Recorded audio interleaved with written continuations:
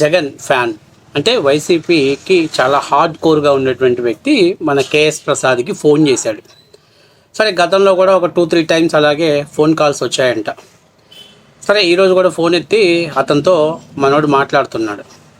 గతంలో నువ్వే కదా రికార్డ్ చేసింది, బహుశా నాకు తెలిసి కేఎస్ ప్రసాద్ మంచిగా డ్రింక్ చేస్తున్నాడు ఆ టైంలో, ఎందుకంటే అతని మాట చూస్తే అర్థమవుతుంది, తడబడుతుంది. అంటే లేదు సార్ నేనేం చేయలేదండి, గతంలో మీకు ఎప్పుడు లేదు నువ్వే ఫోన్ చేసావు అప్పట్లో, ఎపిసోడ్కి ఇంత ఇస్తారు నాకు జగన్ గారు అది ఇది అని చెప్పేసి మాట్లాడినటువంటి వీడియో వైరల్ అయింది అని చెప్పడంతో లేదు సార్ నేను అలా ఏం చేయలేదండి, నేను హార్డ్ కోర్ వైసీపీ ఫ్యాన్ని అని చెప్పాడు. సరే అయితే ఏంది విషయం అని అడిగాడు. అడిగితే సార్ మీరు 3 రోజులుగా మావి గన్ మీద విపరీతమైనటువంటి ట్రోల్ చేశారు, విపరీతంగా అది ఒక తప్పుడు నిర్ణయం అని చెప్పారు. తర్వాత 3 రోజుల తర్వాత సడన్గా మావి గన్ ఒక అద్భుతం, మావి గన్ అనేది ఒక భవిష్యత్తు రాజధానిగా మారేటువంటి అవకాశం ఉంటుంది అంటే ఇలా నిడకలు లేని విధంగా మాట్లాడితే సొసైటీలో పార్టీ వీక్ అయిపోదా అని చెప్పేసి అతను అడిగాడు. అడిగితే దీనికి కేఎస్ ప్రసాద్ ఏం చెప్పాలి, మామూలుగా కాదమ్మా మేము ఆయన దాని గురించి మాకు పూర్తి స్థాయిలో వివరించలేదు, అందువల్ల మేము ఎందుకంటే అమరావతి బిల్ యాక్సెప్ట్ చేసిన సమయంలో ఇలాగా ప్రస్తావించడం తప్పు అనే ఉద్దేశంతో చేసాం, తర్వాత మాకేదో పార్టీ ఆఫీస్ నుంచి ఒక సమాచారం వచ్చింది ఈ విధంగా ఉందని చెప్తే బాగుంటుంది. ఆయన ఏమన్నాడు తెలుసా, ఏడ్చారులే బొక్క, నువ్వేం 2024 ముందు మీరు ఏం చేశారు, మీరు సక్రంగా పనిచేస్తే అంటే ఈడు డబ్బులు కమ్ముడు పోయి కార్యకర్తల్ని తప్పుడు కింద చిత్రీకరించే ప్రయత్నం చేశాడు. ఇక ఒక్కసారిగా మనోడికి బీపీ హై లెవెల్లో వచ్చేసింది. సరే ఇప్పుడు చూసే వీడియోలో కొంచెం ఎక్కువ బ్రీఫ్ సౌండ్స్ ఎక్కువ వస్తాయి. ఏది ఏమైనా కానీ మొత్తం మీద కేఎస్ ప్రసాద్కి చుక్కలు చూపించాడు వైసీపీ కార్యకర్త. ఒకసారి అసలు ఏం జరిగింది వాళ్ళ సంభాషణ ఒకసారి మనందరం ఆ వీడియో చూద్దాం. వీడియో చూసే ముందు మీరందరూ కూడా మన ఛానల్ని సబ్స్క్రైబ్ చేస్తారని మనస్ఫూర్తిగా కోరుకుంటున్నా. ఎందుకంటే మీరు సబ్స్క్రైబ్ చేసి సపోర్ట్ చేస్తేనే మాకు కొండంత అండ. అలాగే మన వీడియో మీకు నచ్చినట్టయితే హైప్ బటన్ ద్వారా మీరు మాకు పాయింట్లు ఇవ్వటం ద్వారా మన వీడియోకి మంచి రేటింగ్ రావడం ద్వారా మరికొంతమందికి అది చేరువయ్యే అవకాశం ఎక్కువగా ఉంటుంది. సో కాబట్టి మీరందరూ కూడా నాకు ప్రోత్సహిస్తారని మనస్ఫూర్తిగా కోరుకుంటూ ఒకసారి ఆ వీడియో చూద్దాం. చూడండి, మామూలుగా లేదు, కొంచెం బీఫ్ సౌండ్స్ ఎక్కువ పడతాయి, నేను అది వేయకూడదు కాబట్టి కొంతవరకు మాత్రమే నేను పే చేస్తాను. సో చూడండి, మామూలుగా కాకుండా ఇరగదీసి పడేశాడు పాపం. భవిష్యత్తులో ఈసారి మనోడు కేఎస్ ప్రసాద్ ఒకవేళ వైసీపీ వాళ్ళ ఫోన్ ఎత్తాలన్నా కూడా మనోడికి వెన్నులో వణుకు పుట్టే విధంగా గట్టి వార్నింగ్ ఇచ్చాడు. చూడండి, మీరే కదా ఫోన్ రికార్డ్ చేశాడు, ఎవడుతున్నా మీ ఐటీడీపీ వాడితో మాడించింది. ఏ ఐటీడీపీనా?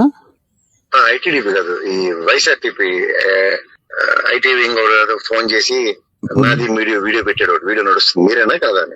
నేను కాదన్నా, నేను ఎందుకు నడిపిస్తాను, మంది వైసీపీని.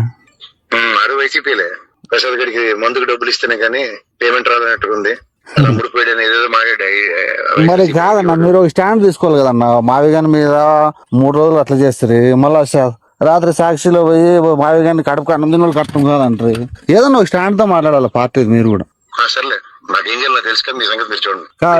మొన్న ఎలక్షన్ లో ఒక నిమిషం సార్, ఏం పీకారో మేము చూస్తున్నాం కదా అని చేత మీరు బాగా పీక్కుని అక్కడ ఉండండి. నువ్వు అన్ని తప్పుడు కూతురు కూర్తావు, ఎట్లా మంచిగా మాట్లాడి అదే ఫోన్ మాట్లాడరా నీ అమ్మ నిమిషాలు ఫోన్.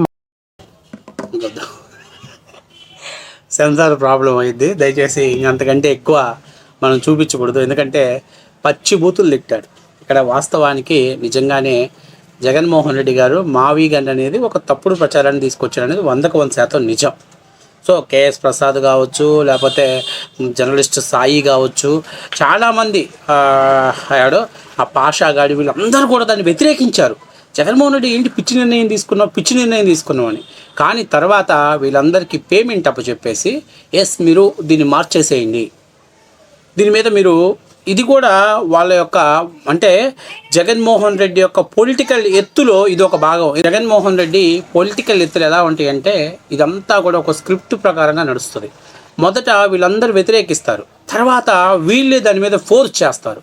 అంటే ప్రజలు ఏమనుకుంటారంటే అరే మొదట వ్యతిరేకించడం అంటే నెగిటివ్ ప్రజల్లోకి వెళ్ళిపోయింది. తర్వాత ఏమనుకుంటారు, అబ్బా వీళ్ళకి ఇన్ని ఫలాలు ఉన్నాయి కావాలా, ఇంత ఎక్స్ప్లెనేషన్ చేస్తున్నారు అనేటువంటి ప్రజల యొక్క మైండ్ సెట్ని మార్చడం కోసం జగన్ చేసేటువంటి ఒక పొలిటికల్ వ్యక్తులు ఇవన్నీ కూడా.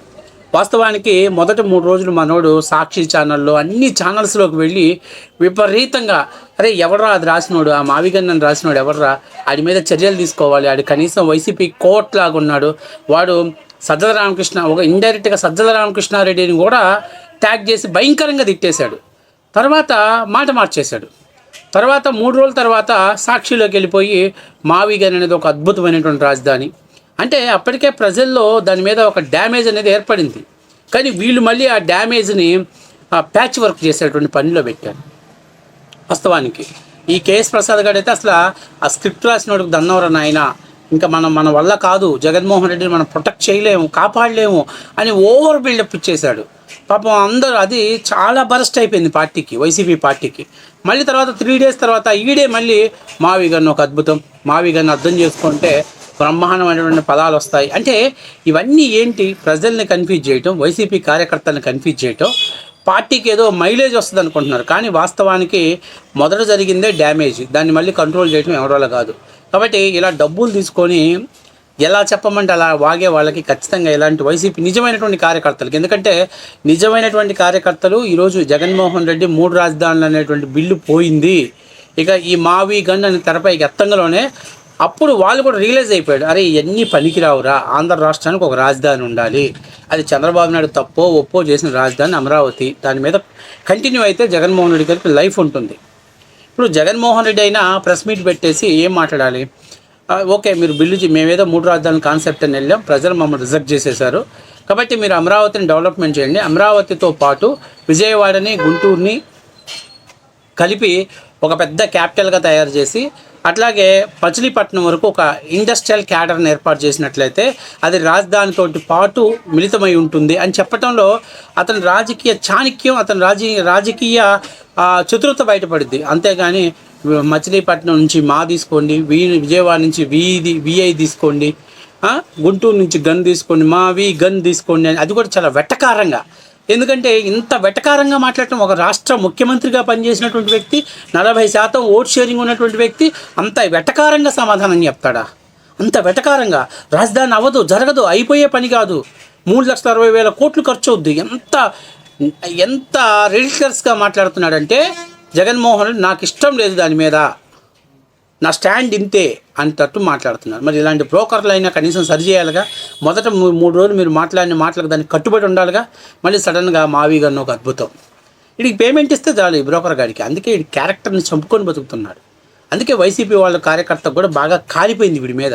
అందుకనే ఫోన్ చేసి పచ్చి బూతులు తిట్టాడు, సెన్సార్కు అందినటువంటి బూతులు తిట్టాడు. ఇక చెప్పాలంటే నీకేం తెలుసురా నీ అబ్బా అవన్నీ మనం చెప్పకూడదులే. సో ఏది ఏమైనా మొత్తం మీద మన తాగుబోతు ప్రసాద్ గారికి గట్టి జలకిచ్చాడు వైసీపీ కార్యకర్త. వీడిక జన్మలో ఇక నాకు తెలిసినంతవరకు ఆ నెంబర్ మార్చేస్తాడు. ఎందుకంటే వీడంతా ఓవర్ హైప్ బిల్డప్ ఇస్తుంటాడు. వీడు రెయ్యి మందు దాగి రేపేం మాట్లాడాలి, మనం వెళ్ళే షోస్లో డెబిట్స్లో ఏం మాట్లాడాలి అవన్నీ అక్కడే క్రియేట్ చేసుకొని అవన్నీ తీసుకొచ్చి ఇక్కడ ప్రజల మీద రుద్దే ప్రయత్నం చేస్తున్నాడు. అది పార్టీకి, వైసీపీకి చాలా డ్యామేజ్ అవుతుంది. ఒకప్పుడు కేఎస్ ప్రసాద్కి ఇప్పుడు కేఎస్ ప్రసాద్కి ఎంత తేడా ఉందో ప్రజలు ఐడెంటిఫై చేశారు. ఎందుకంటే ఒకప్పుడు కేఎస్ ప్రసాద్ నిజం మాట్లాడుతున్నాడు కాబట్టి పెద్దగా ఆలోచించుకోవాల్సిన పనిలే, ఈరోజు కల్పితాలు చెప్పాలి కాబట్టి ఆలోచించుకోవాల్సిన పరిస్థితి ఏర్పడింది. సో మొత్తం మీద వైసీపీకి డ్యామేజ్ చేసినందుకు కేఎస్ ప్రసాద్కి చుక్కలు చూపెట్టాడు వైసీపీ కార్యకర్త.